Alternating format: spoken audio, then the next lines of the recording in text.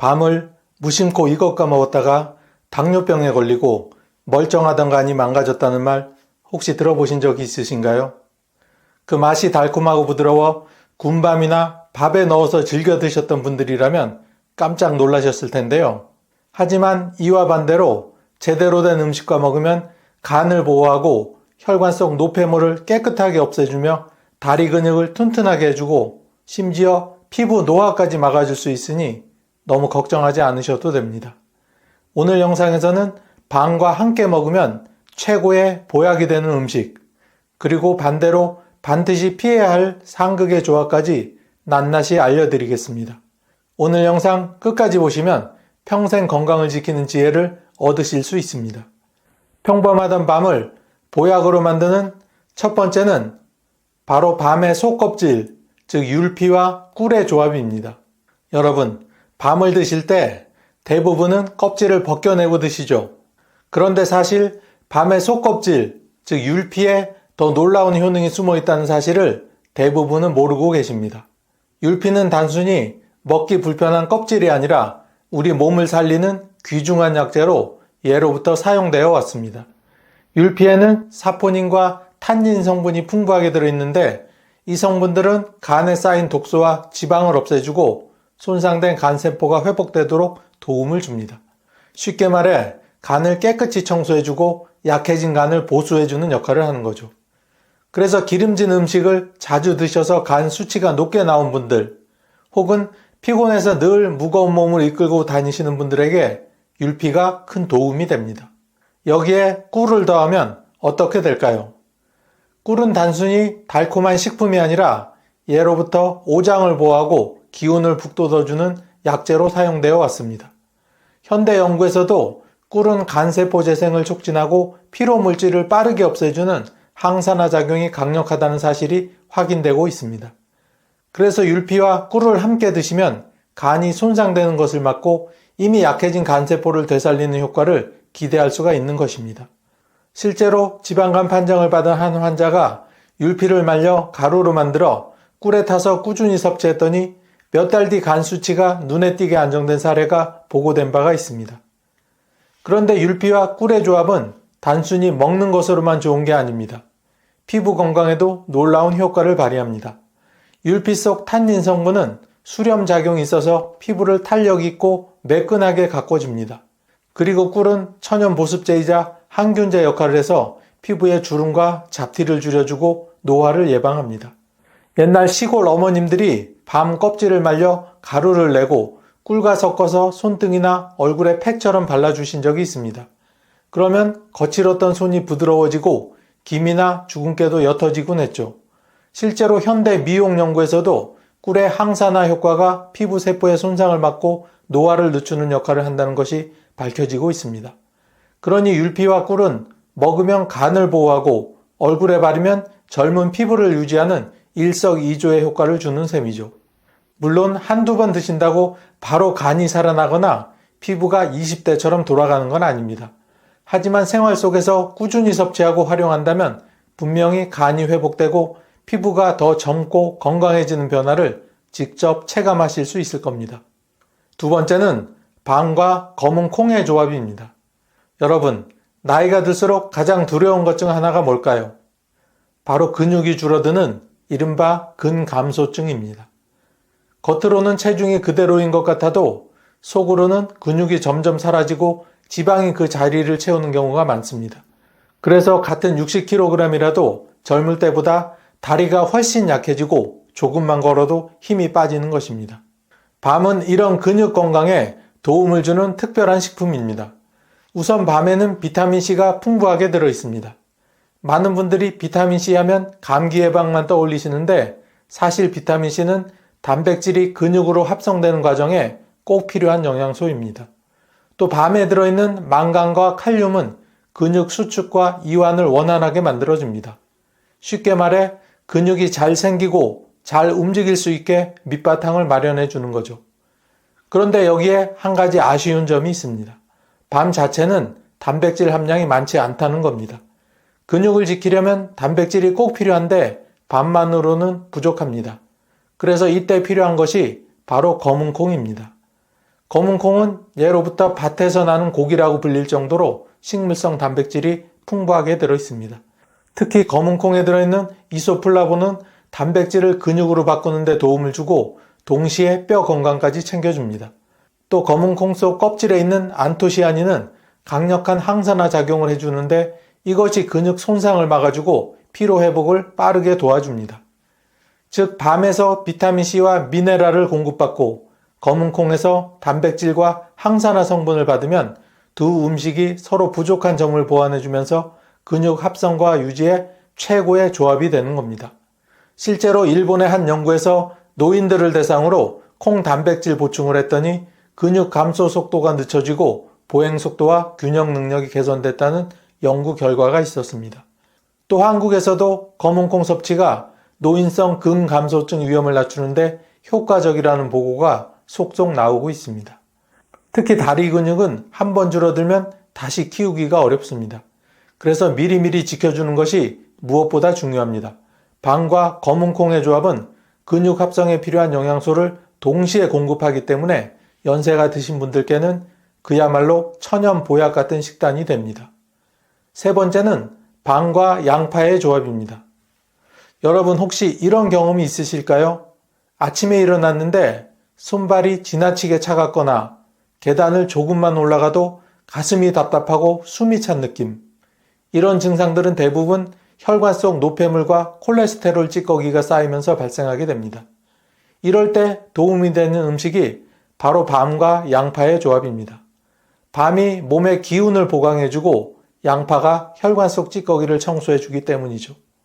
먼저 양파에는 퀘르세틴이라는 강력한 항산화 성분이 들어있습니다. 이 성분은 우리 혈관 안에 쌓인 나쁜 콜레스테롤을 줄여주고 혈관벽을 유연하게 만들어줍니다. 혈관이 딱딱해지면 혈압이 오르고 심근경색이나 뇌졸중 같은 무서운 질환으로 이어질 수 있는데요. 양파의 퀘르세틴이 바로 이 과정을 막아주는 겁니다. 여기에 밤이 더해지면 이야기가 달라집니다. 밤 속에는 비타민C, 칼륨, 구리, 망간 같은 미네랄이 풍부합니다. 이 성분들은 혈관 내벽을 튼튼하게 만들어주고 혈류가 원활하게 흐르도록 도움을 줍니다. 특히 칼륨은 체내에 나트륨을 배출시켜 혈압을 안정시켜주는데 탁월한 기능을 합니다. 즉 양파가 혈관 속 노폐물을 씻어내고 밤이 혈관 벽을 보호해주는 역할을 하는 것이죠. 이 두 식품은 궁합이 정말 잘 맞습니다. 양파의 매운맛 성분인 알리신은 혈전이 생기는 것을 막아주는데 밤의 비타민C가 이 성분의 효과를 오래 유지시켜줍니다. 또 밤 속의 천연 당분과 섬유질이 양파의 자극적인 맛을 부드럽게 완화시켜주기 때문에 위에 부담도 덜합니다. 즉 밤이 양파의 강한 성질을 잡아주면서 서로의 좋은 점만 살려주는 최고의 혈관 콤비가 되는 겁니다. 우리가 이 조합을 꾸준히 섭취하면 어떤 변화가 생길까요? 혈관 속 찌꺼기들이 점점 녹아 없어지고 혈액이 맑아지면서 손발저림이나 어지럼증이 줄어들게 됩니다. 또 심장이 피를 더 쉽게 내보낼 수 있게 되어 혈압이 안정되고 얼굴빛도 맑아지는 걸 스스로 느낄 수 있습니다. 특히 연세가 있으신 분들 중에서 손발이 자주 차거나 얼굴이 쉽게 붓는 분들에게 큰 도움이 됩니다. 그 이유는 혈액순환이 원활해지기 때문이죠. 자, 지금까지 말씀드렸던 이런 효능을 높여주는 조합이 있는 반면에 반대로 밤이 오히려 우리 몸에 독이 되는 경우도 있습니다. 그 첫 번째는 당뇨 환자의 경우입니다. 밤은 그 맛이 달콤하고 부드러워서 남녀노소 누구나 좋아하는 간식이지만 당뇨 환자에게만은 특히 조심해야 할 음식입니다. 그 이유는 간단합니다. 밤의 혈당 지수가 매우 높기 때문입니다. 즉 밤을 먹으면 혈액 속 포도당이 빠르게 상승해 혈당이 순식간에 높아집니다. 일반 식사보다 훨씬 빠른 속도로 당을 올리기 때문에 혈당 조절이 어려운 분들에게는 큰 부담이 될 수 있습니다. 문제는 조리 과정에서 그 수치가 더욱 높아진다는 점입니다. 군밤이나 삶은 밤처럼 익힌 밤은 열을 가하는 동안 전분이 단순당으로 변해 흡수가 훨씬 빨라집니다. 이 상태의 밤을 한꺼번에 여러 개 먹게 되면 혈당이 급등하면서 몸속 세포와 혈관이 큰 스트레스를 받게 됩니다. 특히 눈, 신장, 신경처럼 혈관이 가는 부위부터 손상이 시작될 수 있습니다. 또 주의할 점은 밤을 다른 당분이 많은 음식과 함께 먹는 경우입니다. 달콤한 음료나 빵, 과일 주스와 곁들여 먹으면 전분과 당분이 겹쳐 혈당 상승 속도가 더욱 빨라집니다. 이런 일이 여러 번 반복되게 되면 췌장이 과로하게 되어 인슐린 분비 능력이 떨어지고 결국 혈당 조절이 점점 어려워집니다. 그렇다고 밤을 아예 먹지 말라는 뜻은 아닙니다. 당뇨 환자라면 한 번에 두세 알 정도로 제한하고 공복에 단독으로 먹기보다는 단백질이나 식이섬유가 풍부한 음식과 함께 드시는 것이 좋습니다. 이렇게 하면 혈당 상승 속도를 늦추고 인슐린 부담을 줄일 수 있습니다. 두 번째는 다이어트를 하는 분입니다. 밤은 그 맛이 달콤하면서도 포만감을 주는 음식이라 다이어트 중에 밥 대신 먹으면 괜찮지 않을까 하고 생각하는 분들이 종종 있습니다. 하지만 그 생각은 큰 착각일 수 있습니다. 실제로 밤은 열량이 높은 탄수화물 식품이며 과식할 경우 체중 관리에 치명적인 결과를 불러올 수 있습니다. 우선 밤 100g, 즉 6, 7알 정도의 열량은 밥 한 공기와 맞먹을 정도입니다. 다이어트 중이라고 밥을 줄이고 밤을 10알 이상 먹게 되면 오히려 칼로리 섭취량이 늘어나게 됩니다. 게다가 밤 속의 전분은 소화가 잘 되는 형태라 흡수가 빠르고 혈당을 단숨에 올려버립니다. 이렇게 올라가는 혈당은 인슐린 분비를 촉진시키고 결국 남은 에너지는 지방으로 저장됩니다. 바로 복부지방이나 내장지방으로 쌓이게 되는 것이죠. 밤의 또 다른 특징은 단맛과 부드러운 식감 때문에 쉽게 과식으로 이어진다는 것입니다. 감자나 고구마처럼 먹는 양을 미리 조절하기 쉽지 않고 손이 가는 대로 계속 먹다 보면 어느새 열량 섭취가 크게 늘어나 있습니다. 이렇게 반복되는 습관은 체중 증가뿐만 아니라 지방간 위험까지 높이게 됩니다. 지방간은 단순히 간에 지방이 끼는 문제가 아니라 시간이 지나면 염증과 섬유화로 발전해 간 기능을 악화시키고 더 심하면 간 경변으로 이어질 수도 있습니다. 다이어트 중에는 무엇보다 혈당과 인슐린을 안정적으로 유지하는 것이 중요합니다. 혈당이 급격히 오르면 몸은 다시 강한 허기를 느끼게 되고 또다시 음식을 찾게 되기 때문입니다. 밤을 과식했을 때 나타나는 혈당 폭등은 오히려 폭식으로 이어지고 다이어트는 실패로 돌아가게 됩니다. 또한 밤은 탄수화물 비율이 높고 단백질과 지방 비율은 현저하게 낮습니다. 즉 균형 잡힌 식품이 아니라는 뜻이죠. 다이어트 중에는 근육량을 지켜야 기초대사량이 유지되는데 단백질이 부족하면 근육 손실이 빨라지고 오히려 체중 감량이 더 어려워집니다. 따라서 밤만을 주식처럼 먹는 방법은 단기적으로는 포만감을 주지만 장기적으로는 지방 증가와 근육 손실이라는 이중의 문제를 불러올 수 있습니다.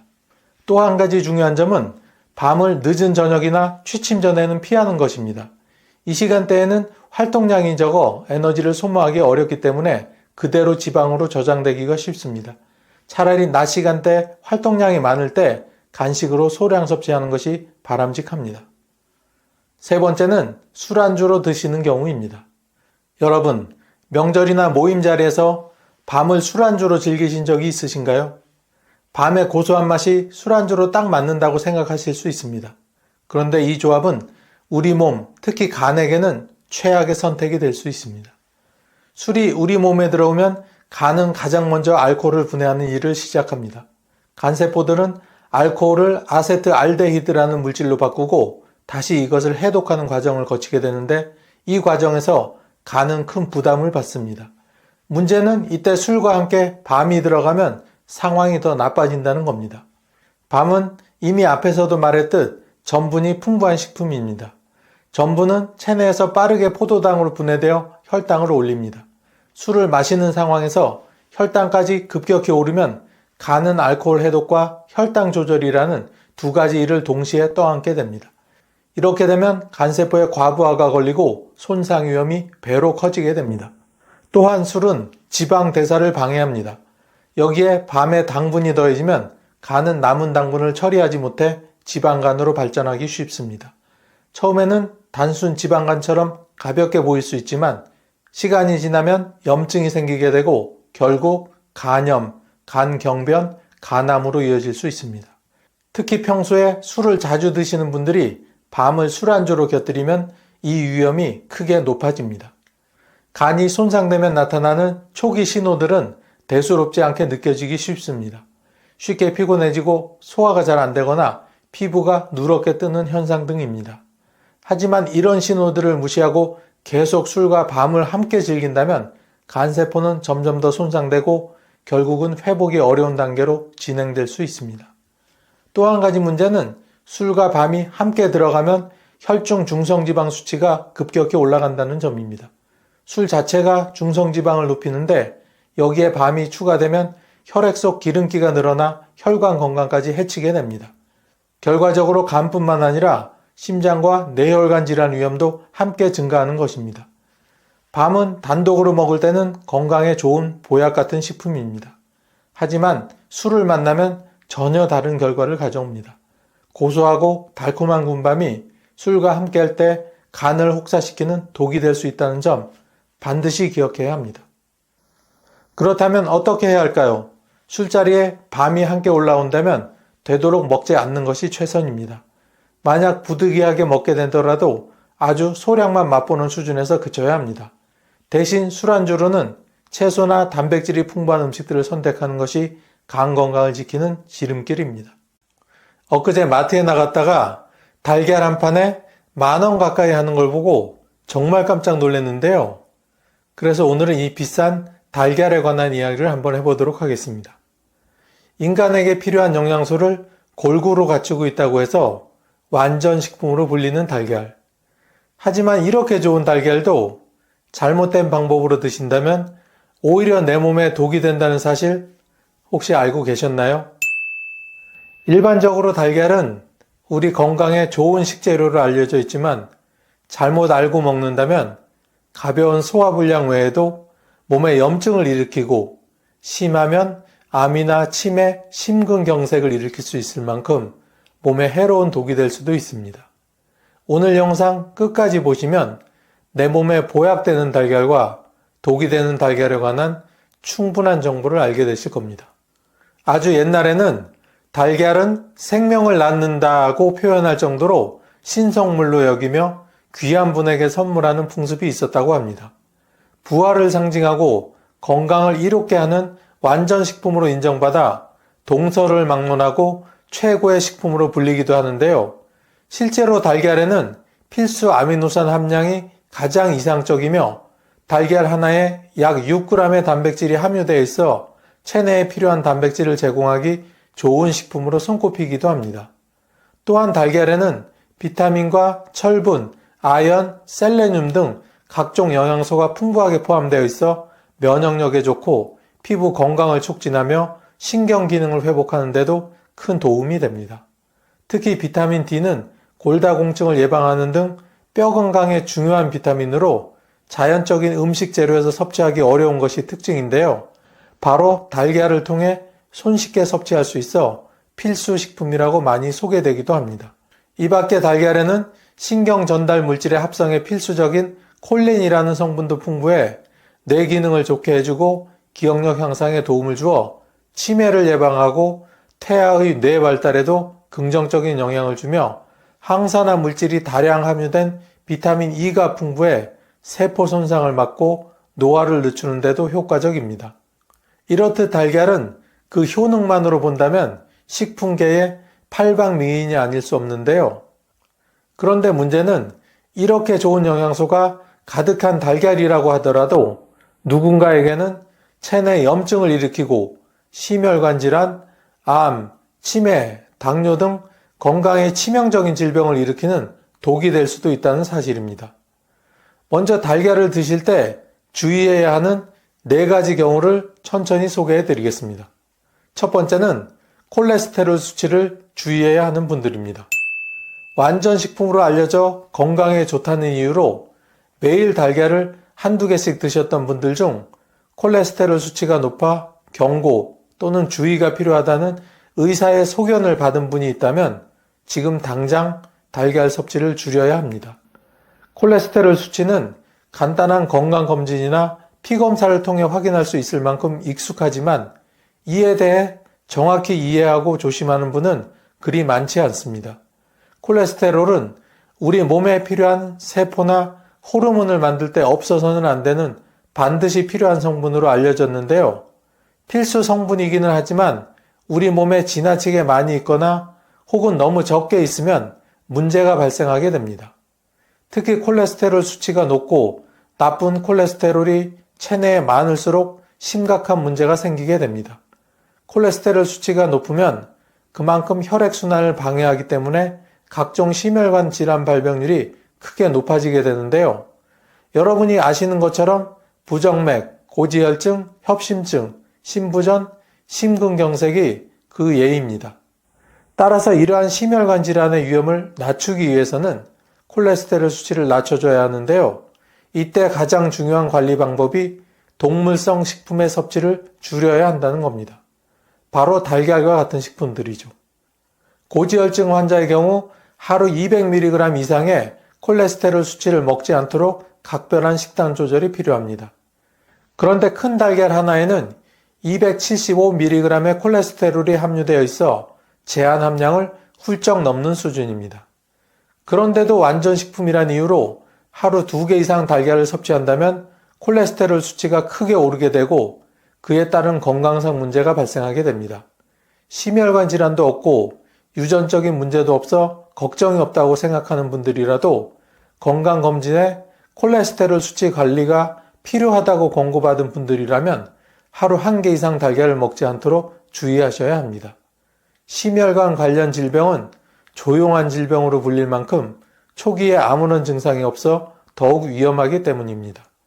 실제로 혈액이 끈적해지고 혈액순환이 잘 안 되는 고지혈증 환자의 대부분은 초기에 아무런 증상이 없다가 점차 혈액순환이 나빠지면서 나중에는 운동할 때 숨이 차고 가슴에 통증이 생기거나 또 다른 합병증을 유발하기도 합니다. 따라서 훌륭한 단백질 공급원이라는 이유로 하루 2-3개의 달걀을 먹은 분들은 반드시 식단 조절을 하시기 바랍니다. 두 번째로 달걀 섭취를 주의해야 하는 상황은 바로 요즘처럼 더운 여름철에 먹는 것입니다. 6월부터 8월 사이의 여름철은 기온이 급격하게 오르고 습도가 높아 세균이 쉽게 번식하는 것이 특징인데요. 식품의약품안전처의 지난 5년간 통계로는 여름철 발생한 식중독 중 절반 이상이 병원성 대장균과 살모넬라균에 의한 것으로 조사되었다고 합니다. 특히 살모넬라 식중독은 오염된 물이나 식품, 동물 등에 의해서 전파되며 감염되면 열이 나고 두통과 구토, 복통, 설사 등의 증상이 동반되는 특징을 가지고 있는데요. 실제로 살모넬라균이 번식한 김밥이나 냉면 등을 먹고 사망했다는 소식이 종종 들려올 정도로 아주 무서운 감염병이기도 합니다. 그런데 이때 살모넬라균이 가장 잘 번식하는 곳이 바로 달걀이라는 사실 혹시 알고 계셨나요? 살모넬라균은 닭이나 오리와 같은 가금류나 포유류의 장내 기생하는 균으로 동물의 배설물이나 알을 통해 사람에게 전파되는데요. 국내에서 발생하는 살모넬라균에 의한 식중독 환자 10명 중 7명 이상이 달걀이 포함된 식품을 섭취한 것으로 나타났습니다. 따라서 달걀을 드실 때 살모넬라균에 감염되지 않도록 각별한 주의가 필요합니다. 무엇보다도 달걀을 보관할 때는 다른 음식 재료와 접촉하지 않도록 분리하여 냉장 보관하는 것이 중요합니다. 왜냐하면 살모넬라균에 감염된 상태의 달걀이라고 하더라도 7도 이하의 냉장 상태로 보관하면 세균이 성장하거나 증식되기 어렵기 때문입니다. 세균 감염을 막기 위해 세척 달걀만을 고집하는 분들 혹시 계신가요? 안타깝게도 세척 달걀은 겉껍질에 단단한 큐티클층이 이미 제거되어 있어 오히려 살모넬라균이 달걀 내부로 침투하기 쉬운 환경을 만들기 때문에 구매하자마자 냉장 보관해야 하니 참고하시기 바랍니다. 달걀 조리할 때도 살모넬라균 감염 예방이 필수입니다. 달걀 껍질을 만진 후에는 반드시 비누로 30초 이상 손을 씻어야 하고 달걀이 묻은 상태로 다른 요리를 하거나 조리기구를 만지지 않는 것이 좋습니다. 또한 달걀로 요리할 때는 75도 이상의 열을 가해서 조리하고 조리한 후에는 반드시 섭취하도록 하세요. 하루 달걀 2개와 제한된 식단만 먹어서 살을 뺐다는 어느 연예인의 고백 그대로 따라했다간 오히려 몸무게가 늘어나고 심혈관 질환을 유발할 수 있습니다. 그동안 전 세계적으로 달걀에 대한 건강 효과 논쟁은 끊이지 않았는데요. 채소로 가공된 저열량 식품이고 단일 불포화 지방과 콜린, 루테인, 제아잔틴 등 몸에 좋은 성분이 풍부하게 들어있는 건강식품은 맞지만 특정 상황에서는 과유불급이 될 수도 있습니다. 포화지방이 몸에 좋지 않은 이유는 아마 익히 아실 겁니다. 주로 동물성 지방에서 많이 발견되는 포화지방은 상온에서 고체 형태를 유지하는 특징이 있는데요. 포화지방을 많이 섭취하면 나쁜 콜레스테롤 수치가 매우 증가해 동맥경화나 심장병, 뇌졸중과 같은 심혈관 질환 위험이 증가하게 됩니다. 또한 포화지방은 열량이 매우 높은 편으로 일정 수준 이상으로 먹으면 체중이 늘어나고 심하면 비만, 당뇨, 고혈압과 같은 대사증후군에 걸릴 위험도 높아지게 됩니다. 이미 예상하셨겠지만 우리가 먹는 달걀은 동물성 식품으로 포화지방이 함유되어 있기 때문에 하루 2-3개씩 매일 먹는다면 열량이 높아지고 각종 심혈관 질환에 걸릴 확률이 높아지게 됩니다. 실제로 2009년에 있었던 당뇨병 관리 저널의 연구에 따르면 매주 7개씩의 달걀을 먹은 사람이 그렇지 않은 사람보다 제2형 당뇨병에 걸릴 확률이 훨씬 더 높았다고 하는데요. 특히 달걀과 함께 포화지방이 많이 들어있는 소시지나 감자튀김을 같이 드신다면 칼로리 폭탄으로 몸무게가 늘어나고 당뇨, 고혈압을 피할 수 없게 됩니다. 미국 심장협회는 하루 달걀 소비를 1인당 최대 2개로 제한하도록 권장할 정도인데요. 단백질과 비타민 D, 셀레늄과 같은 좋은 영양소를 비교적 간단하게 섭취할 수 있다는 점에서 좋은 식품군이긴 하지만 다이어트를 위해 과하게 먹다간 오히려 부작용이 생길 수 있으니 꼭 주의하시기 바랍니다. 자녀를 양육할 때 가장 고민되는 부분은 바로 식단 관리인데요. 특히 바쁘게 움직이고 정신없는 아침이면 자녀 밥 먹이는 것만큼 전쟁인 것도 없죠. 그러다 보니 아침 메뉴는 간단하면서도 건강에도 좋은 식단을 주로 선택할 수밖에 없는데요. 아마 대부분의 아침 메뉴에 달걀 요리가 빠지지 않을 겁니다. 달걀말이, 달걀 볶음밥, 오므라이스, 달걀 부침 등 오븐 내외로 쉽게 할 수 있고 맛도 건강도 챙길 수 있는 것이 특징이지만 어린 아이들에게 달걀 요리를 선뜻 주었다가는 호흡곤란이나 아나필락시스와 같은 심각한 문제가 발생할 수 있습니다. 바로 알레르기 반응 때문인데요. 식품 알레르기는 식품을 섭취했을 때 나타나는 유해 반응으로 대부분의 사람에게서 나타나지 않지만 특정 사람에게서 두드러기나 부종, 가려움, 구토 및 설사, 두통, 아나필락시스와 같은 증상으로 나타나게 됩니다. 알레르기 반응을 일으키는 주요 식품은 과일부터 견과류, 생선, 갑각류 등 다양하게 있는데요. 아이에게 달걀을 처음 먹인 경우라면 알레르기 반응이 비교적 적게 나타나는 노른자부터 천천히 먹이며 알레르기 반응 여부를 자세히 살펴야 하고 이후 달걀을 먹는 과정에서 피부 발진이나 두드러기가 올라오거나 기침, 호흡곤란, 복통, 설사 등의 증상이 나타나면 그 즉시 달걀 섭취를 중단시키고 병원을 방문해야 합니다. 이때 처음 달걀을 먹었을 때 알레르기 반응이 없었다고 해서 안심하면 안 됩니다. 왜냐하면 평소 달걀 알레르기 반응을 보이지 않다가 어느 순간 달걀 알레르기 반응을 보이기도 하기 때문인데요. 없었던 달걀 알레르기가 발생하는 이유는 뜻밖의 정말 다양합니다. 특별히 면역체계가 약해졌거나 스트레스를 많이 받은 경우, 임신이나 질병 등으로 면역체계가 크게 달라진 경우, 환경적인 요인, 특정 음식과 함께 먹었을 때 등등이 있는데요. 달걀을 섭취하거나 접촉한 이후 30분 이내의 급성으로 피부 발진이 발생했거나 호흡곤란, 저산소혈증, 복통, 구토 등이 생겼다면 아나필락시스 쇼크일 가능성이 매우 높으므로 서둘러 병원에 방문해 적절한 치료를 받아야 합니다. 특히 달걀 알레르기 반응으로 급성 아나필락시스가 생긴 경우 목젖을 중심으로 후두가 부어오르며 기도를 막아 질식을 유발할 수 있어 자칫 생명에 치명적일 수도 있으니 꼭 주의하시기 바랍니다. 이번에는 달걀과 함께 먹으면 염증, 암, 치매, 당뇨 등을 유발하는 독이 되는 식품을 몇 가지 소개해 드리려고 하는데요. 그럼 지금부터 달걀과 상극인 식재료가 어떤 것이 있는지 하나씩 살펴보도록 하겠습니다. 달콤한 달걀물에 푹 적셔서 버터에 노릇하게 구운 프렌치 토스트는 달걀 요리에서 빼놓을 수 없는데요. 달걀물에 설탕을 가득 부어 달콤하게 만들수록 그 맛은 배가 되지만 반대로 건강은 배로 나빠지게 됩니다. 그 이유는 바로 설탕에 있습니다. 설탕이 독을 유발하는 이유는 바로 달걀 속 아미노산과 반응해 해로운 물질 글리코톡신을 생성하기 때문입니다.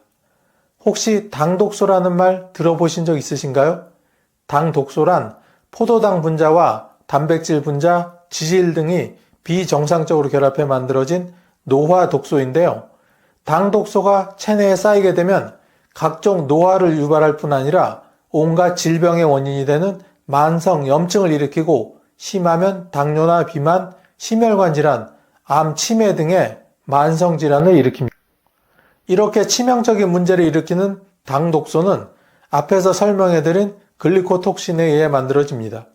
따라서 평소 달걀에 설탕을 부어서 조리해 먹는 요리를 즐겨 드신다면 간단한 소화 문제부터 심각한 질병이 생길 수 있으니 장기적으로는 먹지 않도록 주의하시길 바랍니다.